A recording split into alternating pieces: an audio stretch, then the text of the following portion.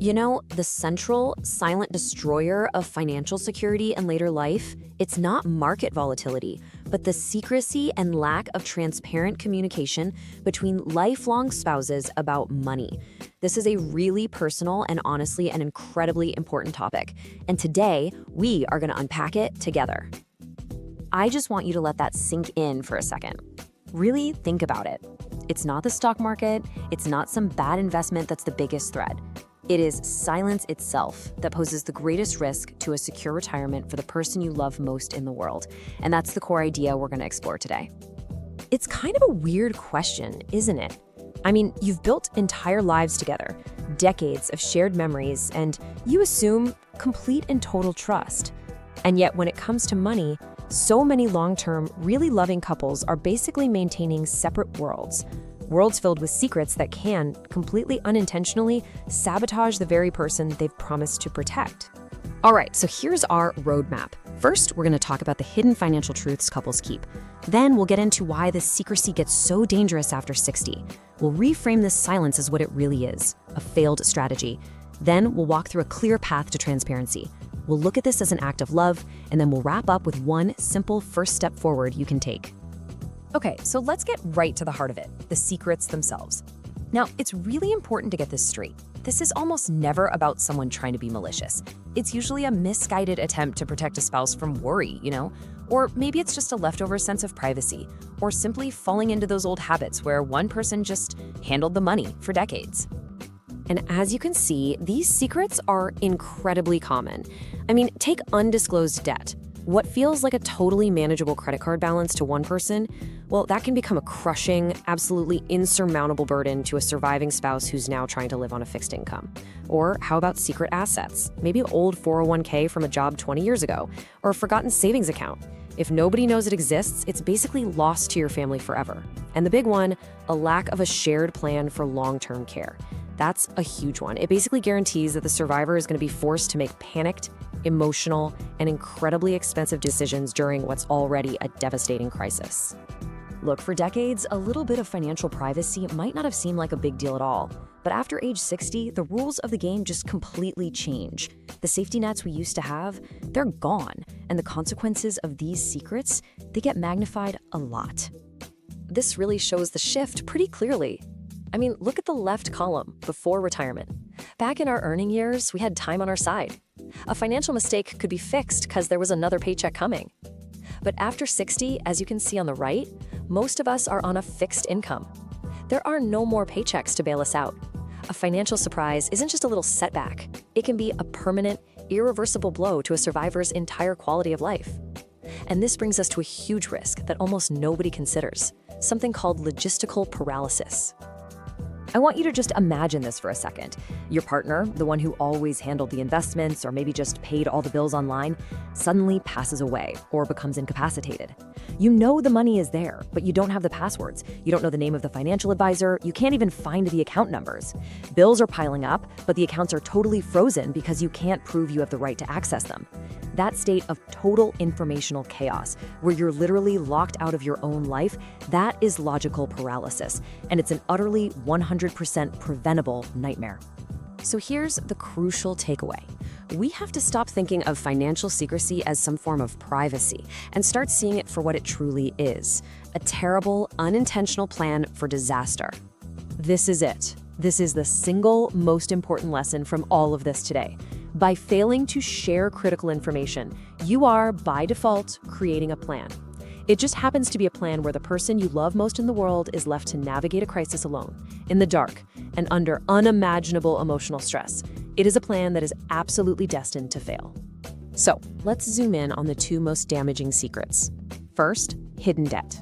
A survivor who thinks they have a comfortable nest egg for their future can have that entire security shattered in an instant when they discover it's been totally wiped out by liabilities they never even knew existed. And second, the absence of a long-term care strategy. When a health crisis hits, and it often does, the healthy spouse is left scrambling, often forced to sell off assets at the worst possible time or make choices that drain their shared life savings way faster than necessary, basically destroying their own financial future in the process. But here's the good news. The solution here isn't complicated. It really isn't. It doesn't require you to become some kind of financial wizard overnight. It just requires a commitment to replace that unintentional disaster plan with a deliberate, structured system of shared knowledge. And the cornerstone of that whole system is something we're calling the master information file. I want you to think of it like the ultimate instruction manual for your financial life. It's a single, secure place where all the critical logistical details live. It is the one document that ensures that if one partner is suddenly out of the picture, the other can step in seamlessly, without any of that panic or confusion. Okay, so knowing you need a system is one thing. Actually building it is another. And for a lot of people, the very idea of having the talk about money can feel, well, pretty intimidating. So let's look at a safe, structured path forward, one that removes the emotion and just focuses on calm, practical action. We've got this 4-step framework, and it's designed to be gentle but really effective. It's all about creating routines and tools that make financial transparency a normal, healthy part of your relationship instead of some big, high-pressure confrontation. Step 1 is to schedule an annual transparency meeting. Now, this is crucial. This is not a time for blame or judgment or digging up old arguments. Think of it like a business meeting for your family's future. You put it on the calendar just like a doctor's appointment. The only goal is to calmly review everything together once a year. That makes the whole process routine, and it just strips it of its fear factor. You'll be surprised how over time, these conversations become completely normal. Step 2 is the hands-on work, building that master information file. So during your meeting, you document everything. Where are the bank accounts? What are the online passwords? Who's our lawyer? Where is the life insurance policy?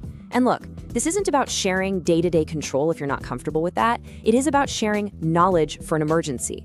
The file itself, it should be stored somewhere secure and agreed upon, like in a safe or a trusted encrypted digital vault that you both know how to access. Now, for the spouse who's been less involved with the finances, all this info can feel, well, pretty overwhelming. So step 3 is about defining the absolute need-to-know basics. They don't have to become a financial expert overnight, but they absolutely need to know the answers to these 4 questions. Where does our income come from? Where are our main accounts? Who is our financial advisor? And how do the essential bills get paid? That basic knowledge is literally the difference between stability and chaos in a crisis. And finally, we get to the hardest step, addressing undisclosed debt. This takes courage for sure, but framing it this way is absolutely key. This isn't just about coming clean. It is a profoundly protective act. Having this tough conversation today gives you both time to make a plan, and it prevents a future where your grieving partner is forced to sell your home or drain retirement accounts just to cover debts they never even knew existed. So once we move through the practical stuff, it's so important to connect back to the why. Because this isn't just some logistical exercise in risk management. This is about the emotional foundation of your partnership. It's about looking ahead and truly protecting the person you love. This quote really just reframes the whole thing, doesn't it? It's an act of love, because what you're saying is, if something happens to me, I have done everything in my power to make sure you are safe, you're secure, and you are not burdened. And at the same time, it's an act of self-defense, because it protects the legacy and security you both worked so hard to build from being destroyed by chaos. And that, right there, is the real payoff. When a surviving spouse has the information they need, they get to keep their dignity. They're not forced to go ask their kids or friends for help with simple tasks or to feel powerless in their own home. They maintain their autonomy. They can make clear-headed decisions for their future, preserving the financial security that you both worked for decades to build. What you're really building through this whole process is something we can call marital resilience. It's that strength that comes from knowing you've planned together. So when a crisis inevitably hits, whether it's financial or health-related, your partnership isn't fractured by chaos and confusion. Instead, it's fortified by shared knowledge and a clear path forward. We have covered a lot: the problem, the stakes, and a pretty comprehensive solution. But, knowledge is only powerful when it leads to action. So let's bring this all home with one simple first step you can take, literally today. So to just boil it all down, the core lesson here is this: the hidden problem is financial secrecy, and that always leads to informational chaos during a crisis. The clear solution is to replace that secrecy with proactive tools, routines like the annual transparency meeting, and a physical document like the master information file. It's a direct, practical counter to a really dangerous problem. So here it is, your gentle challenge. You do not need to do everything at once, just start. Today, ask your partner one simple, non-threatening question about an account they manage. Something like, hey, I was just thinking, where do we have our main investment account and is everything okay with it? Or maybe, could you just show me real quick how you pay the utility bills online just in case I ever have to do it? That's it, one question. Why is such a small act so powerful? Because it breaks the inertia of silence. It just opens the door a tiny crack and makes the next conversation that much easier. It starts to replace a long-standing habit of secrecy with a new, healthy habit of shared clarity. And in the end, that is what this is all about. We've seen how financial secrecy creates jeopardy and just plain chaos for the person left behind.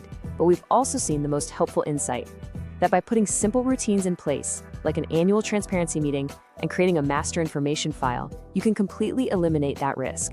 By taking that first small step toward building shared financial clarity, you ensure your partnership remains resilient, ready to face any crisis, not with fear, but with calm confidence, with hope, and with the incredible strength of a lifetime together.